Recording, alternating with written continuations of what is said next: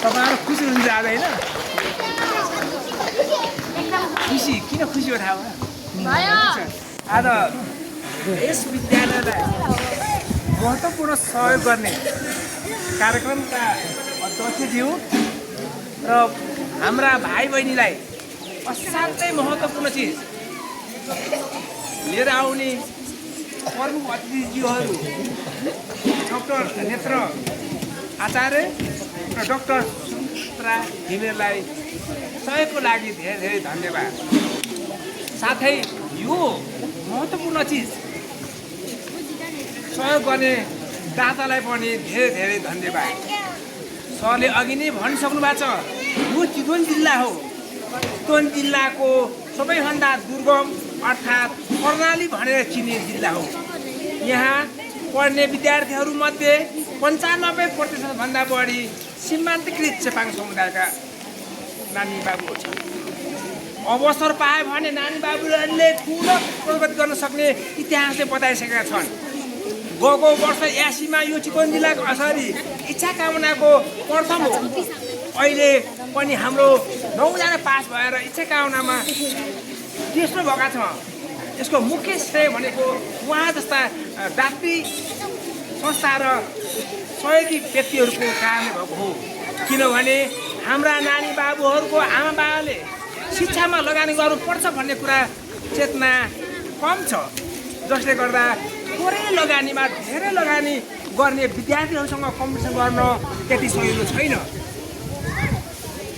जुन अहिले उहाँले महत्त्वपूर्ण विशेष गरेर कक्षा 1 देखि 10 सम्मका कक्षा विशेष गरी, किनभने मैले सरलाई धेरैचोटि भने, किनभने हामी एसी तयारी गर्नुपर्छ, बच्चाहरूले पैसा छैन भनेर मैले विशेष अरू पठाएर पनि 10को लागि सहयोग गर्नको लागि मैले उहाँलाई अनुरोध गरेँ।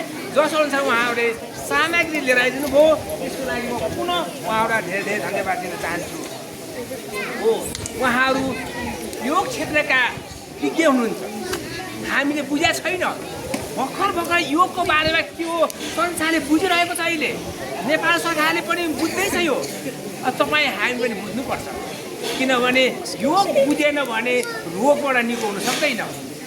जहिले पनि हामी एलोपेथिक पनि कुरा गर्छौँ। हामी जडीबुटीका धनी देश हो। यो हरियो वन नेपालको धन मात्र होइन, जडीबुटीको धन पनि हो। यसलाई सही सदुपयोग गर्ने हो भने, हामीले हाम्रो सोचाइमा परिवर्तन गर्ने हो भने, हाम्रो जीवनशैलीमा परिवर्तन गर्ने हो भने हामी पनि एक धनी बन्न सक्छौँ। यदि परिवर्तन गर्न सक्यो भने यसको लागि सबैभन्दा महत्त्वपूर्ण सहयोग गर्ने भनेको योग हो। त्यसैले उहाँले अघि नै भनिसक्नु भएको छ, हाम्रा नानी बाबुहरूले योग सिक्नै पर्नेछ। होला हामीले प्रत्यक्ष अप्रत्यक्षमा सिकेका छौँ, तर सिस्टममा चाहिँ सिक्नको लागि गुरुको आवश्यक पर्छ।